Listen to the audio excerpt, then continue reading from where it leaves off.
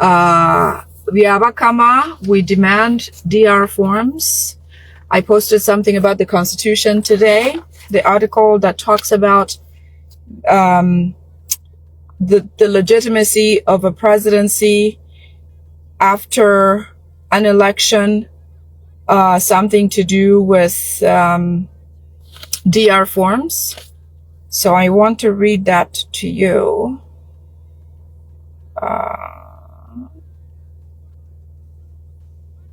I understand Museveni is gearing up for swearing in. If he does, when he does, we want him to honor the Constitution. So, according to the Ugandan Constitution, with regards to the Declaration of Results form or DR forms, no forms or no results to adjudicate the results means no swearing in. I know Museveni has always bulldozed us into doing things the way he wants to, but at this time, the Constitution, as it has always said, this is the first time Museveni doesn't have DR forms. And that is because His Excellency Kyagulanyi Ssentamu was more prepared this time more than ever before. All the foot soldiers, all of the polling station attendees did what they rightfully were supposed to do. They took care of their forms. They took them off scene. Therefore, Museveni has no forms or DR forms to rely on. So according to the Ugandan Constitution, Article 103, the article outlines the general process of the election of a president, stating that a candidate must obtain more than 50% of valid votes to be declared elected. Clause 7 especially empowers the Electoral Commission to ascertain, publish, and declare results. In the Presidential Elections Act, Section 51 and 59. So, according to the Constitution of Uganda, by now, in fact, on the date Byabakama read the results of the presidential election, he was supposed to have DR forms that clearly state the electoral results, and they should be published and gazetted in public where anyone can reference, because many of us know that right now the Electoral Commission website does not have the DR forms that Byabakama claims to have gotten the results. I continue to read. The detailed procedure for using Declaration of Results or DR forms is governed by the Act Section 51, which requires every presiding officer at polling stations to fill out prescribed forms for the Declaration of Results. So every polling agent, an agent who would then feed results to the Electoral Commission, was supposed to collect DR forms with the right results and send them to be published or read by Byabakama.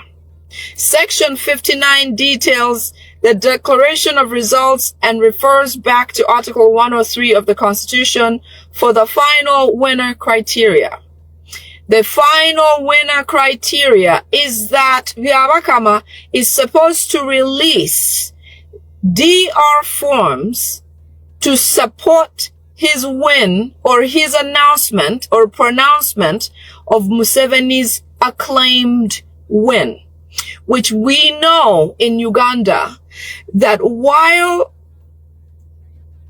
Byabakama went on to read the results, there are videos that captured Byabakama's screen on the computer, which timestamp the time that Byabakama, the chairman of Electoral Commission, the time that Byabakama read the results is time-stamped on the video that is reporting what the screen was showing. So Byabakama cannot say or come out of nowhere and present certain numbers or paperwork or results, because there's something called a timestamp.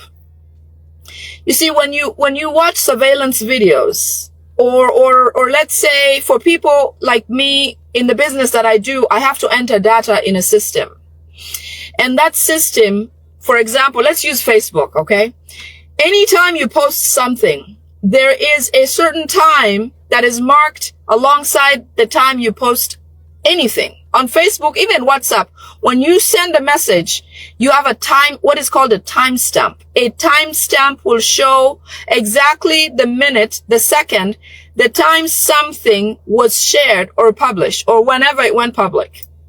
So, in the video that Byabakama announces, where his voice is caught live and the screen is captured of him reading the result, at the very moment the computer screen timing states that he read the wrong results, because the cameras from the back looked on his screen or captured on his screen the actual results that were fed in the system, which results presented His Excellency Kyagulanyi Ssentamu as the winner of the election on January 15th, 2026, this very year.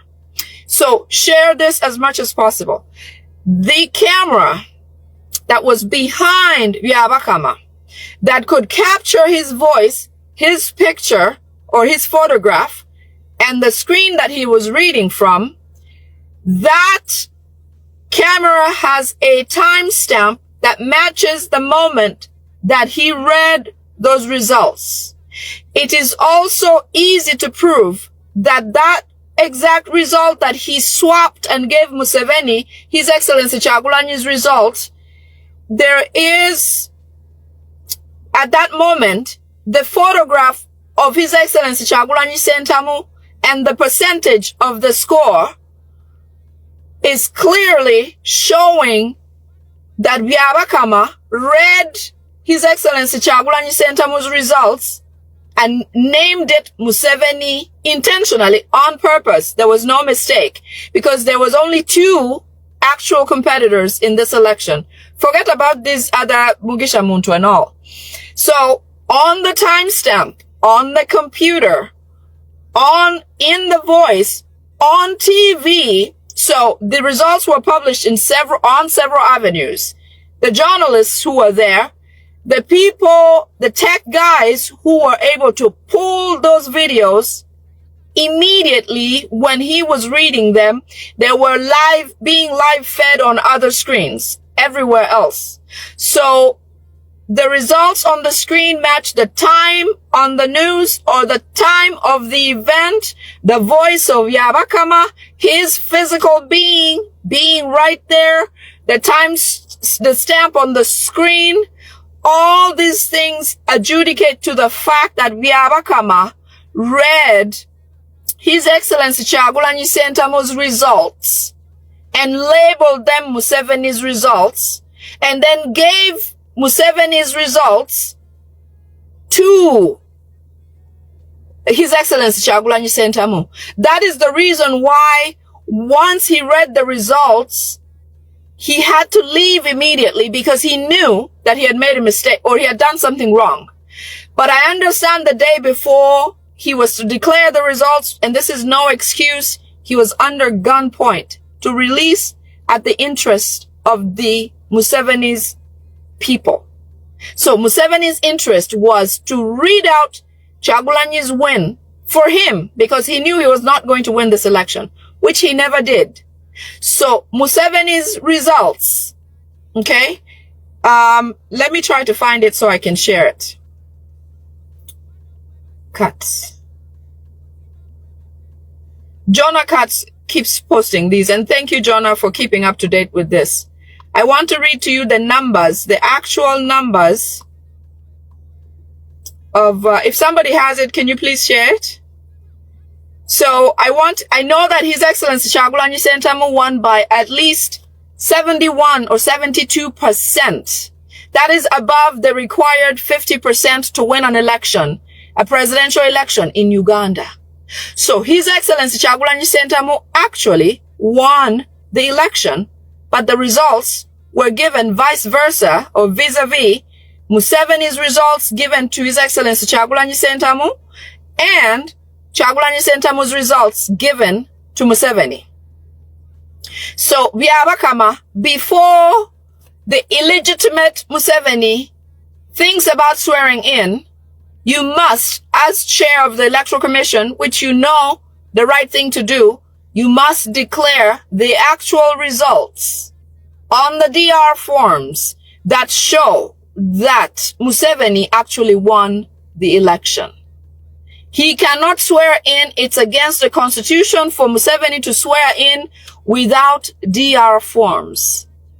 Museveni has known to fool Ugandans for over 40 years. 40 years. When he first came, he came as a refugee. For 40 long years, he has played ping pong and moved the goalpost every single time. It is time for us Ugandans to stand up and be strong and say enough is enough. He cannot continue this way. They had DR forms because they doctored results. This time we have the legitimate DR forms in our party, National Unity Platform. We have the original, undoctored DR forms that declare His Excellency Kyagulanyi Ssentamu as the legitimate winner of the presidential election in 2026, January 15th. So, according to the Constitution of Uganda, a president cannot, or a candidate cannot swear in as a president without DR forms to legitimize his win.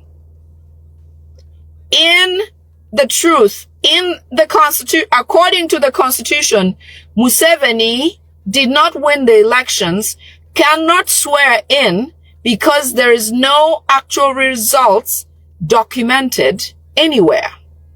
The actual video or the actual tally that was in the system where Byabakama read from say that His Excellency Kyagulanyi Ssentamu won the election. And that's why they don't want to show that video ever again. But that video is in our hands and we have it. We have the live feed of Byabakama swapping His Excellency Kyagulanyi Ssentamu's results for Museveni and Museveni's results for His Excellency Kyagulanyi Ssentamu. So anyway, he cannot swear in. Yes, Gilbert, thank you. His Excellency Kyagulanyi Ssentamu won by 71.88%. Over 50%, meaning no matter what Museveni did or could do, he cannot possibly be the winner of the election. He cannot be a president legitimate to swear in. So by virtue of legalities, Museveni is an illegitimate president and should not swear in as a winner of the January 15th, 2026 election. They're gearing up, but it's not allowed. He's not going to be legitimatized because everyone, the whole world is watching Uganda. He's illegitimate. He cannot swear in as president. If he does, it'll be illegal and he cannot be recognized as a president of Uganda. That is how true this is. According to the Constitution, even if Museveni swears in, he's not the legitimate president of Uganda by virtue of DR forms and declaration by Byabakama. Because we have the actual results. They're not a secret. They're not hidden. We're not just making noise. No. There's reason to. There's videos. Byabakama knows for a fact that Museveni did not win the election. End of story. Museveni cannot swear in as president, therefore. Okay? So, besides that, I understand Museveni and his camp are quite upset about me because apparently they found out that the videos that I've been doing have costed them a lot in financial support, or they were expecting an obscene amount of money. 22.7 trillion Uganda shillings was supposed to be given to Museveni, Salim Saleh, Muhoozi, and that family, the Muhoozi camp. So at a meeting at State House a day or two ago, somebody who was supposed to, or the office that was supposed to disburse these funds to them, showed them one of my videos and said, there are a lot of questions about the legitimacy of the presidency of Uganda. There's a lot of mismanagement or human rights violations. There's a lot of corruption, and there's a lot of dehumanization going on by the presidency of the Musevenis. And so whoever was supposed to award them that money, they literally played one of my videos. And in that video, the content of it costed them 22.7 trillion Uganda shillings. And they've discussed me and said that I have become a deadly ballistic missile, according to them, because I speak English and because I speak the truth and I share inside information that they have, because the things that I share are directly fed into organizations like the United Nations. They're shared by parties of interest, humanitarian organizations, Amnesty International, all those organizations that have to do with human rights or international relations somehow. Because of that, I understand Museveni has asked that they should pay attention to me, and he has mainly advised his drunken son not to say a word about me. Not because you know how he goes on social media and starts to say a whole bunch of nonsense. So apparently he is to refrain from talking about me, however upset he might be. And he cannot criticize anything that I say openly. However, they're going to go on to sweet talk my family in Uganda. He's going to go on, and Mao, Honorable Mao he said, oh, I can do that. So Honorable Mao has taken this, has taken the contract to go and speak with people of my family so that they can speak with me and ask me to stop doing what I'm doing because I'm costing them money. Mind you, this money is not a donation to help Ugandans. This is their pocket change that they eventually turn around to use to buy militia, to buy ammunition, to come back around and torture Ugandans, to come back and you know, figure out how to suppress and oppress voices in Uganda, to make sure that Ugandans are totally subdued as a nation. So my people, because they said, one of the reasons actually that they failed to get that apparently donations that was supposed to go to the Musevenis is that I describe corruption, torture, oppression, and the evil, wicked plans of Museveni. When I do come and say, this is what they're discussing, this is what they've said they're going to do, those are actual things that they eventually put to work. And so it has upset them that I've shared that information, and it has costed them tons and tons of money. It has costed Museveni a donation of 22.7 trillion Uganda shillings. The reason why Muhoozi has been attacking the Turkish ambassador recently is because the Turkish ambassador is actually one of the signatories to that fund that they were going to get. It is not clear yet where the funding was supposed to come from, but once I get that information, I'll share that as well. Okay? And that is why the prices of fuel is going up steeply, because they failed to get the other money that they would normally splash or use for their own whatever. The big idea is Museveni is trying to figure out how he can swear in May, this month. This is the month that he wants to swear in as president. And so far, his illegitimacy lingers on. His invitations are falling on deaf ears. Everyone has an excuse not to come to attend. I'm talking dignitaries and presidents of other countries. Obviously, there are presidents who will come because they work together. Tanzania will come. Ruto will come. Salva Kiir will come. A few of his dictator friends will come. But other countries that are democratic, that believe in democracy and believe that Museveni is an illegitimate president, and countries that have been involved with international organizations, obviously somehow met and dealt with His Excellency Kyagulanyi Ssentamu, are not going to welcome the idea of attending a swearing-in ceremony that is of an illegitimate president. So please share my introduction that Ugandan president is going to swear in or wants to attempt to swear in without any proof of winning an election. None. There's no forms to adjudicate. The Electoral Commission website is down, does not have those results.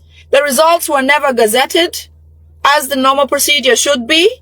I mean, I can look for election results of my mayor in this town and find it online. I can particularly say, I want the election results for the mayor race of my area of 1925, and I will find it.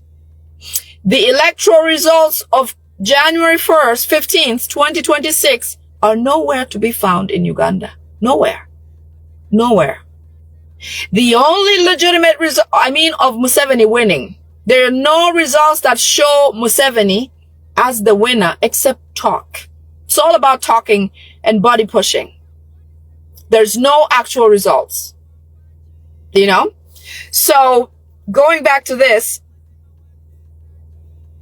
Muhoozi was very upset about the cancellation of that big donation and abused Lumbuye and William because he thinks that I was introduced to what I do by Lumbuye and ASP Asimu William. So he feels like because they did not take control, I don't know how they thought they would, of Lumbuye, and they have not been able to take control of Asimu William. By control, I mean abducting them, torturing them, possibly killing them. They have made several other mini them, like Lady Winnie, like me. So they feel like I am a ballistic missile because everything that I've shared is all over every platform, anywhere that it can be. Therefore, their donors cannot miss information if they wanted to, just to check perspective on what's going on in Uganda. There's a lot that is being said. So they have decided, Museveni has ordered surveillance to be deployed as necessary. There should be funding. They want to find Lumbuye and William. They've always been trying to find Lumbuye. I don't know why they think they can do that. International law or powers cannot make that a possibility. Dictators like him don't have the powers to do that. They can't. They can't extradite anyone just for no reason. And there are international protections that don't allow for them to do the things that they do. The things that the Museveni is doing in Uganda is not possible internationally. No. So even if this drunkard son will come out and say this and that or the other, there's no way. First of all, he said something about getting with the Turkish ambassador to try to get Lumbuye, and then immediately he will insult them. That is not how diplomacy works. Even if he thought he had a chance, immediately he starts to do something, he messes it all up right away. So anyways, for me, they decided that they're going to go to my family. Museveni said That woman is a powerful woman because she's been in families that have been politically present somehow in Uganda and elsewhere, which I do have family in Uganda. My mother is a member of parliament, exiting parliament right now for in Pade. Honorable Santa Okot is my mother. She's a member of parliament currently in the exiting parliament. I also have a stepbrother who lives, or a brother who lives in Uganda. And I also come from Payera Kal, which I am a descendant of the Acholi royal family. So I understand they've asked, or Honorable Mao has offered himself to be the one to go and speak to my people, to ask them to ask me to stop doing what I do. Let me tell you this. When I started to do what I do, I did not go to them to seek permission.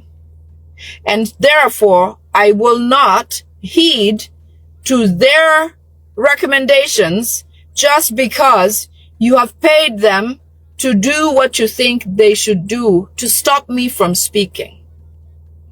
If you don't let our people go, if you don't leave our country, if you don't leave Ugandans in peace, if you continue harassing Ugandans, if you don't give His Excellency Kyagulanyi Ssentamu his win, if you do not leave Uganda overall and go back to Rwanda, then I will not stop speaking. Because let me tell you who I am. I am people power. I am every foot soldier.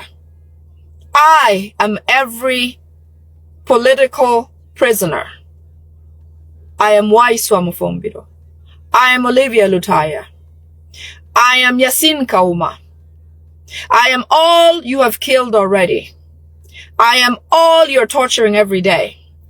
I am every Ugandan. I am the ones you oppress daily. I am National Unity Platform. I am Mama Uganda. I am every youth who has dreams and cannot achieve them under your circumstances. I am one of the children of the ones you have taken their life from this earth. I am the mother who's trying to give birth in Kampala, in a hospital, in Gulu, in Busia, in Mbarara, but cannot. I have to bring my own water to deliver. I have to buy my own gloves to come to the hospital. I have to be that person. I am the one whose shop you broke in Kampala. I am the oppressed Ugandan. I am the one who doesn't have clean water to drink. I am the elite who's trying to drive to work and I don't have enough money to buy fuel to get there. I am the Ugandan youth who still lives with my mother because I can't go and fend for life on my own. I am that person. I am Ugandan. I am everything that you have deprived Ugandans of. I am Nachimuli, who you took their life recently. I am everyone who has gone through everything that has been Museveni. I am the infected with HIV that you just purposely do because you feel like it's time to get Ugandans to go. I am that child that you vaccinated with the wrong medicine. I am that member of parliament who cannot speak the truth because they're so oppressed. I am Katumba Wamala, who is just a body filler because he's Ugandan, he has no powers. I am every UPDF who has no way to exert his job and powers as a military because some Rundi's 17-year-old has come and is making all decisions. I am the police who sleep in hats made of banana leaves, who doesn't know how the children will go to school today. I am the military in Somalia who are dying every day like flies because you have M23 to clear them all. I am my grandmothers, my grandfathers in the village who cannot lift their head. I am the children with nodding disease in northern Uganda who don't know where the disease came from. I am the mommy in Kampala whose shop just got shoved down and has nowhere to look for any living for the next day. I am that father who no longer is a father because